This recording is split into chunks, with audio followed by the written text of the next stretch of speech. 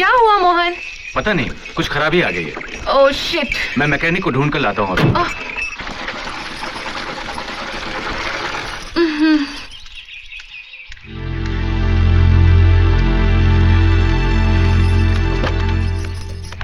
Hello,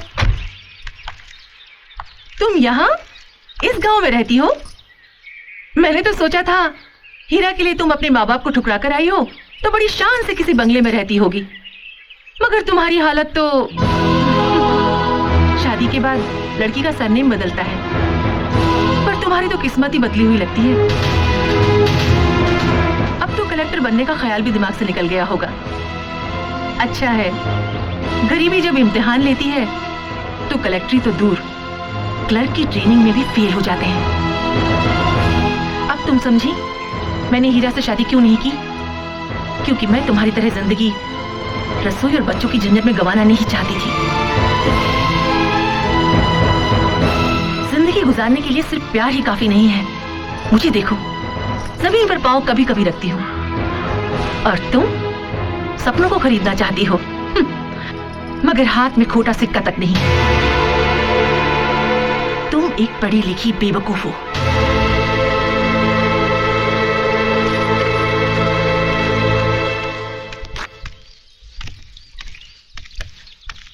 क्या हुआ? बहुत परेशान लग रहे हैं। वो जिसने मुझे अपनी जिंदगी से निकाल दिया, मेरी दुनिया से दूर क्यों नहीं चली जाती? वो क्यों मेरे आसपास ताने भरे हंसी के कांटे बोने चली आती? वो गौरी की बात कर रहे हैं? हाँ, गौरी की बात कर रहा हूं। क्यों हंसती हो तुम पर? हो सकता है उसे ऐसा करने में खुशी मिलती हो। खुश होने दो उसे, मुझे दुख नहीं होता। लेकिन मुझे हुआ, बहुत दुख हुआ, बड़ी चोट लगी मुझे।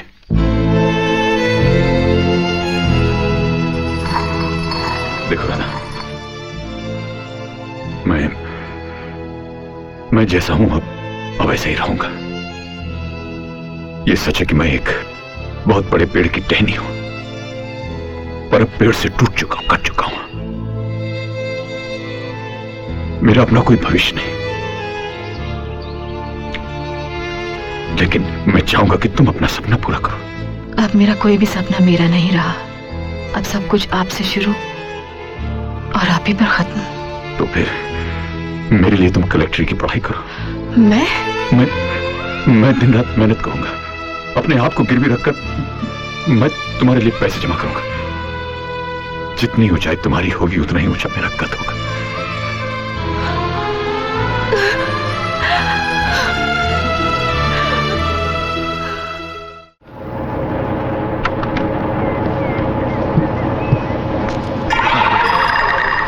ये फौजी यहाँ कहां से आ गया? अपना 10,000 मांगने आया होगा। इसने मुझे देख लिया तो छोड़ेगा नहीं।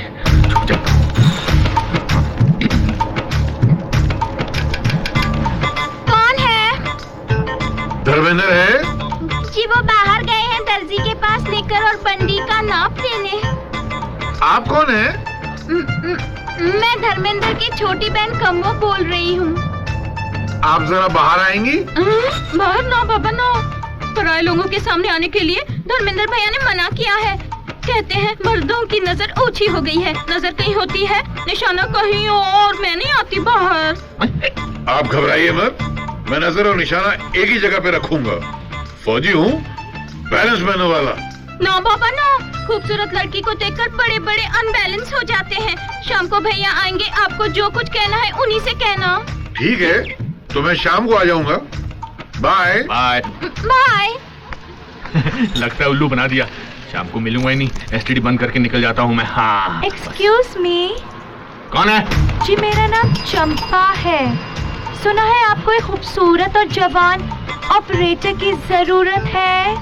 आप जवान और खूबसूरत दोनों हैं?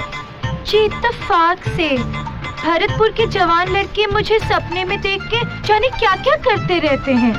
आ रहा हूँ। चंपा, चंपा कहाँ है? ये रही आपके सामने। क्यों बे, तू मुझे क्या बेवकूफ समझता है? उल्लू का पट्टा समझता है? अबे मैं तेरे से बड़ा नौटंकी बाज हूँ। चल पैसे निकाल। अभी नहीं है, टेलीफोन बूथ पर खर्च हो गए। तुम ऐसा करो, इस महीने की 35 तारीख को आ जाना। अगर 35 तारीख तक तूने पैसे नहीं दिए तो मैं ये सब तोड़ फोड़ के फोन उठा के ले जाऊंगा, याद रखना। हाँ, नहीं तो मुझसे बुरा कोई नहीं होगा। 35 तारीख? अब एक बात बता, इस गांव में कितने दिन का महीना होता है? तुम अरे तुम मेरी बात का जवाब दे। सामने वाला बोल। हाँ, वो साथ वाली खिड़की। हाँ, आपसे। अच्छा नहीं यार, 35 तारीख? रुको ना यार। अरे तुम भाई, तुम 35 तारीख कहाँ है? तू बोला। हाँ, तुम काकी कैसी है? हाँ, उनसे कहना मैं दिवाली पर आकर मिलूंगा, और अगर उनको पैसों की जरूरत हो तो मुझे टेलीग्राम कर दे। अबे मेरे पैसे। एक मिनट। हाँ, टेलीग्राम कर दे, मैं उनको मनी ऑर्डर भेज दूंगा। काकी को मेरा प्यार देना। Okay, bye bye, tata, see you.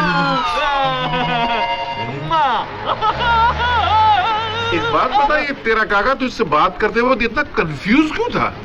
काका? काहे का काका? मैं तो इसको जानता भी नहीं। मैं तो उंगली कर रहा था। ये साले लड़ झगड़ के बस पे चढ़ जाते हैं और फिर धक्का मुक्की करके खिड़की वाली सीट पर कब्जा करके सो जाते हैं, साले सुस्त मुर्गे। अब ये सारे रास्ते परेशान रहेगा, ये सोच सोच के कि खिड़की पर सर मारता रहेगा कि मैं कौन हूँ, मैं इसे कहाँ मिला था, मेरा इसके साथ कैसा रिश्ता है, वगैरह वगैरह। एक बात बता, ये सब करके तुझे क्या मिल जाता है? मजा आता है। मजा आता है? तो 35 तारीख कभी आएगी? मेरा पैसा कभी आएगा? वो आ गई। मैं नहीं, आप नहीं, वो आपको बुला रहे हैं। नहीं भाई साहब, आप नहीं, बहन जी आप नहीं, आप भी नहीं। वो ये आपको बुला रहे हैं। नहीं, पीछे वाला। सुनो देखो। क्या रे, कैसा है? अरे बड़े भाई, कैसे हो? भाभी कैसी है? ठीक ठाक है ना? उनसे कहना कि तेल खरीद के रख ले, दिवाली में दिया जलाने के लिए मैं आ रहा हूँ। सुन रहे हो ना? दिन को रंगीला देखेंगे, रात में दिवाली मनाएंगे, 1 लीटर दारू पिएंगे। क्या? ओके, बाय, चिड़ियो। क्या तेरा भाई था वो? अरे काहे का भैया, उसको कोई काम नहीं है, आने जाने वालों को बेवकूफ बनाता है। आज मैंने बेवकूफ बना दिया। एक बात बोलूं, तू सबको उंगली करता है, वो तुझे उंगली कर गया। अरे काहे की उंगली? मेरे बचपन का दोस्त था, स्कूल में साथ पढ़ते थे हम। अच्छा, बचपन का दोस्त है? तेरे बेटे की उम्र का है? अरे वो तो एक ही क्लास में बहुत बार फेल हुआ था ना, इसलिए बड़ा ही नहीं हुआ, समझे?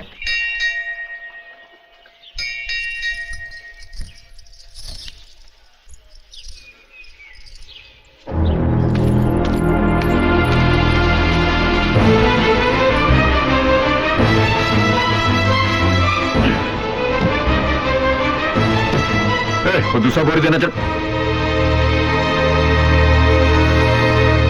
1 2 3 4। मुझसे कहते थे सब कुछ मेरे हाथ में है, मालिक बैठकर काम करता है तो हम लेटकर काम करते हैं, यही काम करते हैं। 7। बस कीजिए, मुझसे झूठ बोलने की क्या जरूरत थी? आप क्या समझते हैं आपसे इस तरह काम करवा के मैं कलेक्टर बन सकती हूँ? बस रहने दीजिए। राधा, तुम तो जानते हो कि मैं पढ़ा लिखा नहीं हूं, इसके सिवा और काम भी क्या कर सकता हूं? फिर तकलीफ तो हमारी तकदीर है।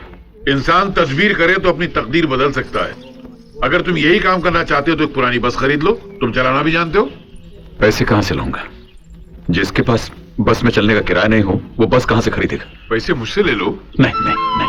अरे भाई, कर्ज समझ के ले लो, आ जाए तो लौटा देना। और नहीं आया तो? बचपन से दुखों का इतना बोझ उठाया है कि अब और बोझ उठाने की हिम्मत नहीं रही। देखो हीरा, मैं तुम्हें अपना समझ के हाथ बढ़ा रहा हूं, अगर तुम मुझे अपना समझते हो तो हाथ मिलाओ। ठीक है, फिर मेरा यहाँ रुकना ही बेकार है। तुम मुझे गैर समझते हो तो मैं चलता हूँ। अरे अंकल रुकिए। अंकल ठीक कहते हैं, ये पराये नहीं है, इनसे कर्ज लेकर बस खरीद लीजिए, सूद के साथ लौटा देंगे। राधा लेकिन। अरे क्या लेकिन चलो चल के बस खरीदो।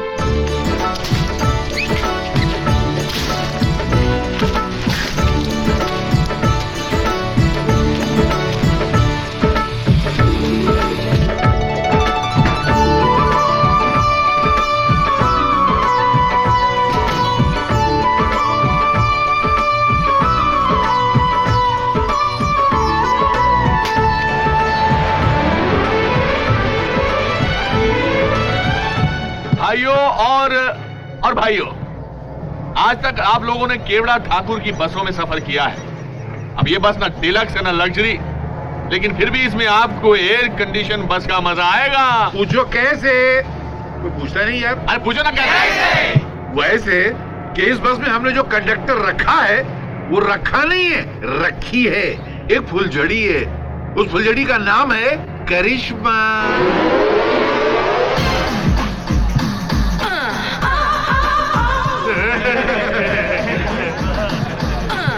रुकी ना दिल की धड़कने, करिश्मा टिकट बांटो।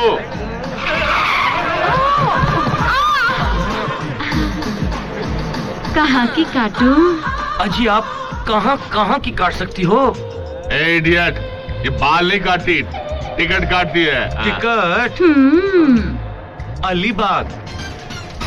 अलीबाग का तो सिर्फ 2 रुपए का टिकट होता है यार। अरे अलीबाग जाकर क्या करोगे? अलीबाग में मेरा घर है। और घर जाकर रोज की तरह बीवी की मार खाएगा। इससे अच्छा है करिश्मा के साथ सफर का मजा लो। झूमरी तलैया जाओ, वापसी में अलीबाग में उतर जाना। अलीबाग के 2 रुपए और झूमरी तलैया का 20 रुपया। ऐसा क्या? ये लो 20 रुपए। तुम्हारी कहाँ की? अलीबाग की, लेकिन झुमरी तलैया से वापसी में उतरूंगा।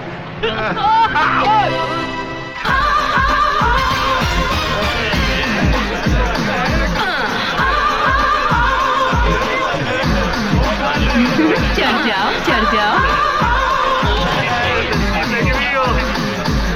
एक टिकट देना, झुमरी तलैया। 20 रुपए निकालो। 30 रुपए? हाँ। 30 रुपए क्यों? दूसरी बस वाले तो 20 रुपए लेते हैं, तुम 30 लोगे? अरे दूसरी बस सिर्फ डीलक्स होती है, हमारी बस सुपर डीलक्स है। वो देखो। हाँ तो कैसी है सुपर डीलक्स? बहुत अच्छी है साहब, बहुत अच्छी है। ठीक है 30 रुपए निकालो। 30 रुपए क्या साहब, मैं तो 50 दे सकता हूँ। ये लीजिए। ये लो टिकट, कल आ जाना। कल? और नहीं तो क्या अभी? ये लोग बेचारे कल रात से लाइन में खड़े, अभी इनको टिकट मिला इसलिए बस में जा रहे हैं। उधर देखो, ये कल के एडवांस के लिए अभी से लाइन में खड़े हुए। मगर ऐसे कैसे हो सकता है? अरे नहीं हो सकता तो पैसे वापस नहीं, दो। हाँ, नहीं, टिकट लाओ। मैं कल आ जाऊंगा। चलो चलो जाओ। कल आ जाऊंगा। अरे बस वाले बाबू, मेरा भी टिकट काट दो। उधर कहाँ जा रहे हो? टिकट काउंटर यहाँ है भैया, यहाँ है। हाँ। ओ इधर है, मुझे दिखाई नहीं देता। अरे मैं बाप। अंधा हूँ ना। अरे तो तुम काय को बस में चढ़ रहे हो भैया? तुम्हारे जैसे लोग बस के ऊपर नहीं चढ़ते, बस तुम्हारे ऊपर चढ़ती है। जाओ जाके बस के नीचे लेटो। दिखाई नहीं देता तो क्या हुआ? छूकर मजा तो ले सकता हूँ ना। ऐसा आदमी है। Where is lady conductor? कहाँ है? अरे अरे अरे अरे अरे, वहाँ नहीं, रॉन्ग नंबर, रॉन्ग नंबर।